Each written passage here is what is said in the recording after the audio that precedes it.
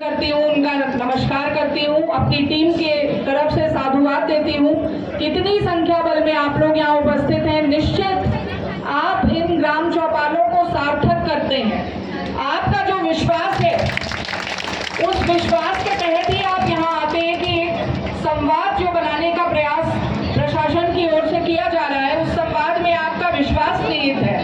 और जिस तरह का अनुशासन का परिचय आप लोग दे रहे हैं, निश्चित आप सब साधुवाद के पात्र हैं। आप सबको इन बातों के साथ, इस प्रस्तावना के साथ, मेरे टीम को भी मैं धन्यवाद देते हुए, क्योंकि ये टीम पूरे मनोयोग से जुटती है।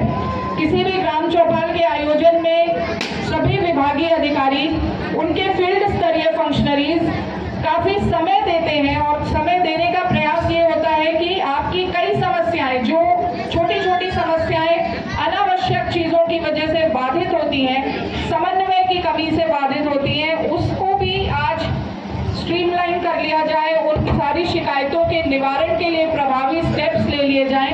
इस पूरे इरादे के साथ में हम लोग इन चौपालों का आयोजन कर रहे हैं। और आज के दिवस बेलसर गांव के, बेलसर ब्लॉक के गांव पकवान में हम लोग उपस्थित हुए हैं। मुझे पहले से बताया गया था कि कुछ शिकायती टाइप का गांव है।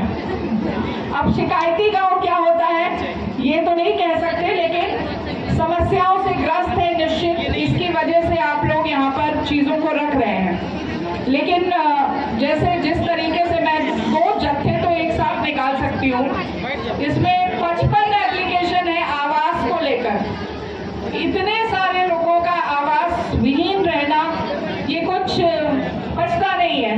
इतने लोगों के पास नहीं है आवास, एक आध कमरा होगा पक्का, है ना। अभी कुछ अफवाह या कुछ ऐसी, अगर आप किसी भ्रम की स्थिति में, बहुत लोग अप्लाई कर रहे हैं कि आवास वितरण को लेकर के बहुत बड़ी कोई कार्य योजना आई है। देखिए, सबसे पहली बात कि एक सामाजिक आर्थिक जनगणना जो पूर्व में हुई थी, उस सामाजिक आर्थिक जनगणना में जितने लोग पात्र के रूप में सूचीबद्ध हुए थे, बनी हुई है ना, गांव में, हर गांव में जानकारी होगी, एक आवास की सूची बनी हुई थी। पर हो सकता है उस सूची में कुछ लोग छूटे रह गए, तो एक आवास प्लस की सूची तैयार की गई।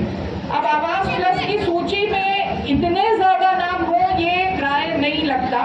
फिर भी जो सचिव हैं वो स्थलीय निरीक्षण करेंगे, पात्रता की जांच बिल्कुल अच्छे से हो।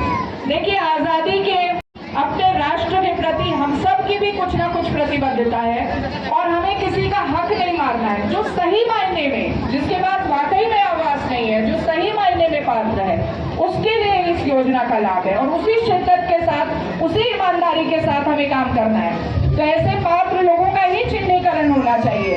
अगर किसी को आवश्यकता नहीं है और उन्हें लग रहा है कि पर बहुत ही सीरियस एलिगेशंस होते हैं, फिर FIR जैसी दंडात्मक कार्रवाइयां भी होती हैं, तो इसको बहुत गहनता से परीक्षण करिए। मैं एक एक नाम नहीं लूंगी, लेकिन आपके ये सभी सूचीबद्ध हैं। 55 शिकायतें, मैंने नंबरिंग भी कर दी है। इसी प्रकार से पट्टे के लेकर के बहुत, या बिल्कुल भूमिहीन टाइप के लोग हैं क्या आप?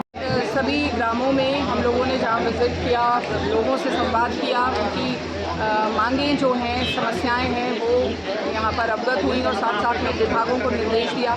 कुछ एक जगह रोड की छोटी टूट की शिकायतें हैं, क्योंकि बारिश के बाद में रोडों में गड्ढे हैं और जल पलावन है। तो उस स्थिति में हम लोगों ने PWD और RED को मौके पर स्थलीय निरीक्षण के लिए भी भेजा है और जो भी संभावित तुरंत प्रयास हैं वो करने के लिए बताया है। बिजली संबंधी कुछ शिकायतें प्राप्त हुई हैं, उनमें त्वरित रूप से जहां पर रिप्लेसमेंट हो सकता है, ट्रांसफार्मर का तार जर्जर है, इस प्रकार की समस्याएं हैं, उन समस्याओं पर भी।